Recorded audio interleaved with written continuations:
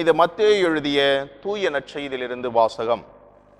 அதிகாரம் 20, இறை வசனங்கள் 17 தொடங்கி 28 முடிய.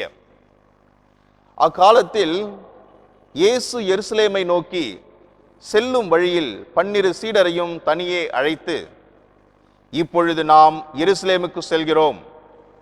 மானிட மகன் தலைமை குருக்களிடமும் மறைநூல் அறிஞர்களிடமும் ஒப்புவிக்கப்படுவார். அவர்கள் அவருக்கு மரண தண்டனை விதிப்பார்கள். அவர்கள் அவரை ஏளனம் செய்து சாட்டையால் அடித்து சிலுவையில் அறையும்படி பிற இனத்தவரிடம் ஒப்புவிப்பார்கள்.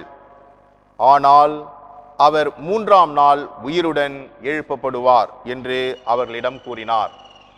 பின்பு செபதேயுவின் மனைவி தம் மக்களோடு ஒரு வேண்டுகோள் விடுக்குமாறு இயேசுவிடம் வந்து பணிந்து நின்று, உமக்கு என்ன வேண்டும் என்று இயேசு அவரிடம் கேட்டார்.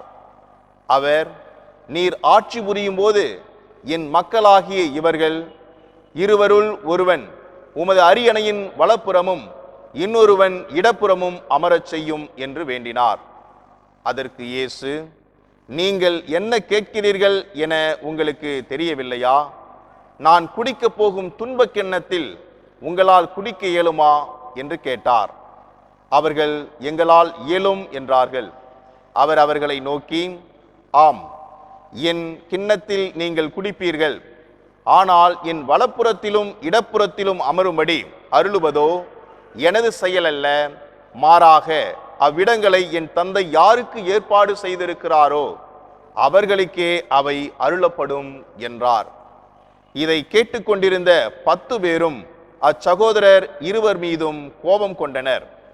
இயேசு அவர்களை வரவழைத்து, பிற இனத்தவரின் தலைவர்கள் மக்களை அடக்கி ஆளுகிறார்கள்.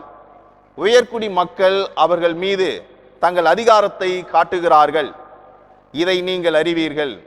உங்களிடையே அப்படி இருக்கக்கூடாது. உங்களுள் பெரியவராக இருக்க விரும்புகிறவர் உங்கள் தொண்டராய் இருக்கட்டும். உங்களுள் முதன்மையானவராக இருக்க விரும்புகிறவர் உங்கள் பணியாளராய் இருக்கட்டும். இவ்வாறே மானிட மகனும் தொண்டு ஏற்பதற்கல்ல, தொண்டு ஆற்றுவதற்கும் பலருடைய மீட்புக்கு ஈடாக தம் உயிரை கொடுப்பதற்கும் வந்தார் என்று கூறினார். இது ஆண்டவர் வழங்கும் அருள்வாக்கு. கிறிஸ்துவே உமக்கு புகழ். இயேசுவில் மிகவும் அன்பு சகோதர சகோதரிகளே, இன்றைய நற்செய்தியின் வழியாக ஆண்டவர் தன்னை பின்பற்றுகின்ற சீடர்களுக்கு ஒரு அற்புதமான ஒரு நிகழ்வை குறிப்பிடுகின்றார். என்ன நிகழ்வு என்றால், இறைவனின் திருவுளத்தை நிறைவேற்றுவது என்பது மிக ஒரு அற்புதமான ஒரு செயல். இறைவனுடைய விருப்பத்தை நாம் பல நேரங்களில் மறந்துவிட்டு நம்முடைய விருப்பத்தை அதிகமாக முன்னிறுத்த முயற்சி செய்கின்றோம். இயேசு கிறிஸ்து இந்த உலகத்திற்கு வந்தார், பல நன்மைகளை செய்தார், பல புதுமைகளை செய்தார், நன்மைகளை போதித்தார். அதே போன்று எந்த விதத்திலுமே இறைவனுடைய, கடவுளுடைய, தந்தையினுடைய அந்த விருப்பத்திற்கு மாறாமல் அவர் மிக அற்புதமாக நடந்து கொள்கின்றார். அவர் பல வல்லமைகள் மிக்கவராக இருந்தாலும் இந்த உலகத்திலே மற்ற எல்லா மனிதர்களை விட சிறந்த மனிதராக அவர் வாழ்ந்து காட்டினாலும் கூட கடவுளுடைய திரு விருப்பத்தை அவர் எப்பொழுதுமே நிறைவேற்றுவதில் தவறியதே இல்லை என்பதை நாம் பார்க்கின்றோம்.